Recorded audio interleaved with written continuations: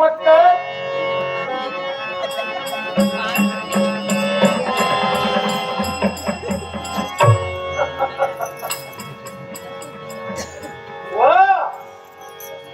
समाधान वाटलं.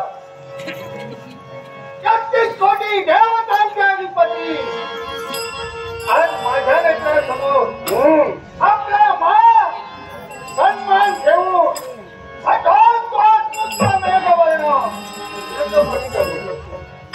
कल्याण होईल तुझं मी शुभचिंतित आहे. तुमच्या मुखातील बोल ऐकले पण आमचं तृप्त झालं.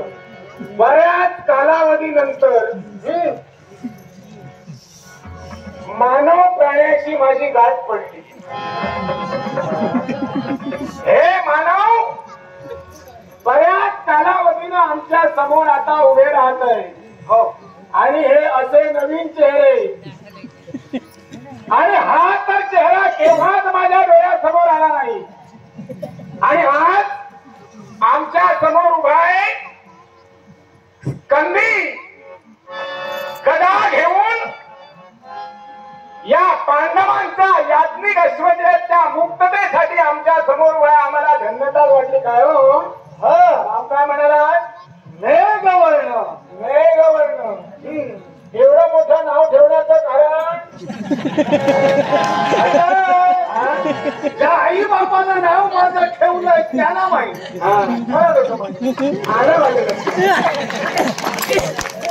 काय मूल जर उन्मत्त असेल तर आईचा दोष, मूल जर मूर्ख असेल तर तो बापाचा दोष, मूल त्याला जर व्यंग असेल तर तो त्याच्या वंशाचा दोष, आणि मूल जर दरिद्री असेल तर तो त्याच्या कर्माचा दोष.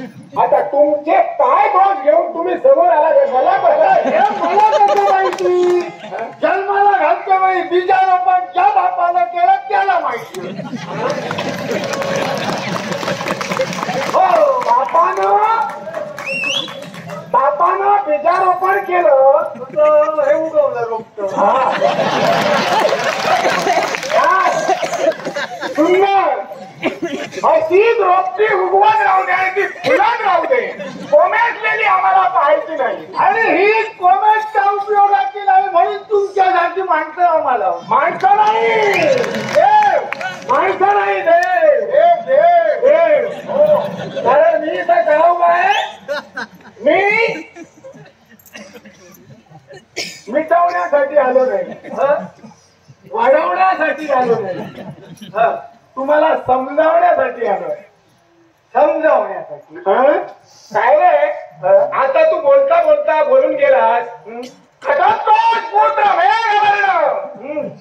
आम्ही नाव तुमचं ऐकलंय. बापानं तुमचं बीजारोपण केलं म्हणून तुम्ही असे जन्माला आला जसं तुम्ही म्हणाला. खरंच नेमका तुझ्या वंशाचा मला अर्थच कळला नाही. कारण काय? तुझा आजोबा क्षत्रिय, तुझ्या आजोबानी ज्याच्या बरोबर लग्न केलं ती हिडिंबा म्हणजे राक्षसी. हो बरोबर.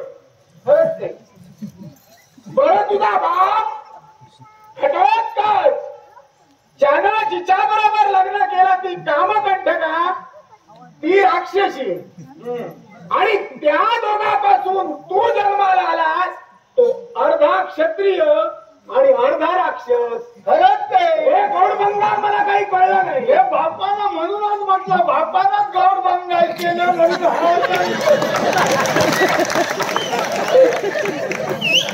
तुझा वेळोवेळी तू सगळं नेऊन बापावरच ढकलतो. माझी निर्मिती कशी? तुझं काही मजा काय तुझं काही सांगत नाही. काही नाही सांगत. जन्माला बापानं मार्ग दाखविला तर चालतो. काय म्हणाला? बापानं सगळं तुझ्यावर केलं. बापाने हे रोपटं लावलं म्हणून हे आता रोपटं उगवलं. पण मला एक सांग रे, तुझ्या बापाला मारला कोणी? अंगराज कर्णानं मारला. त्या कर्णाचा पुत्र म्हणजे ऋषभ येतो. माझ्या म्हणजे तो कर्णपुत्र ऋषी तू त्याच्या बापानं तुझ्या बापाला मारला आणि आज तुम्ही दोघे जण एकमेकाचे लंगोट नसून फिरता याचं कारण काय? एकच गोष्ट आहे त्याला, दुसऱ्यानं एकाला काय मारली म्हणजे दुसऱ्याने वाचून मारायचं नसतं. आता माझ्या बापाचा घात त्याला केला, माझा बाप कुठेतरी चुकला असेल त्याच्या बाबतीत, कर्णाच्या बाबतीत आलं लक्षात. म्हणून माझा निश्चय बरोबर जाग्यावर आला. तुझा बाप काहीतरी चुकला म्हणजे तुला जन्म घालण्यासाठी तुझा बाप चुकला. हो मी काय म्हणू नये. आता मी आल्यापासून तू तुझ्या बापावरच बोट ठेवतोय म्हणजे याचा अर्थ तुझा आता बापच काहीतरी चुकला असं म्हणायला हरकत नाही. मी प्रथमच म्हटलं बापाने मला जन्माला घातलं, त्याने संस्कार घडविले का कमी वाटतं. म्हणजे तुम्हावर झालेले संस्कार हे सगळे बापाचे आहेत. ज्याच्या समोर तू बायस देवतांचा अधिपती आहे मी. वरा देवराज इंद्र असं म्हटलं जातं आणि माझ्या भक्ताचा कैवार घेऊन पांड या रणभूमीवर मी उभा आहे. एकही पाऊल तुम्हाला पुढे टाकू देणार नाही. देवराज पुरासाठी तुमच्या समोर उभा राहिलाय, त्या अश्वाच्या मुक्ततेसाठी आलोय. पण द्यावी लागली तरी चालेल, पण रित्याला माघारी जाणार हे मेघाला. अरे माझ्यासारखा देव तुझ्या समोर उभा असताना हे 35 स्वप्नातून तू पाहिला असतील. अरे कोणा माझा फायदा मान्यवर कोणतरी मान्यवर सांगत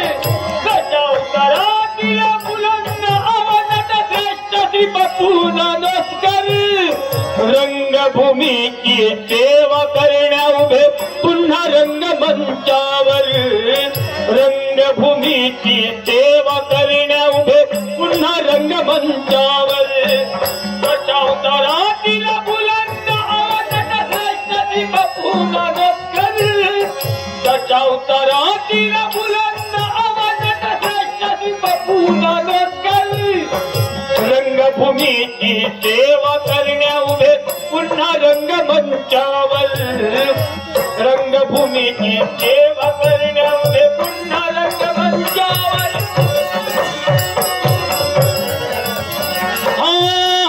धानोलीचे आराध्य दैवत रवनाथ सीता तेरी धानोलीचे आराध्य दैवत रवनाथ सीता तेरी दांडेकराच्या प्रति तयाची प्रेम भावाची श्रद्धा करी सिद्धेश्वराच्या प्रति तयाची प्रेम भावाची श्रद्धा करी रसिक प्रेक्षकांच्या इच्छा शक्तीचा हा चमत्कार रसिक प्रेक्षकांच्या इच्छा शक्तीचा हा चमत्कार रंगभूमीची सेवा करण्या उभे पुन्हा रंगमंचावर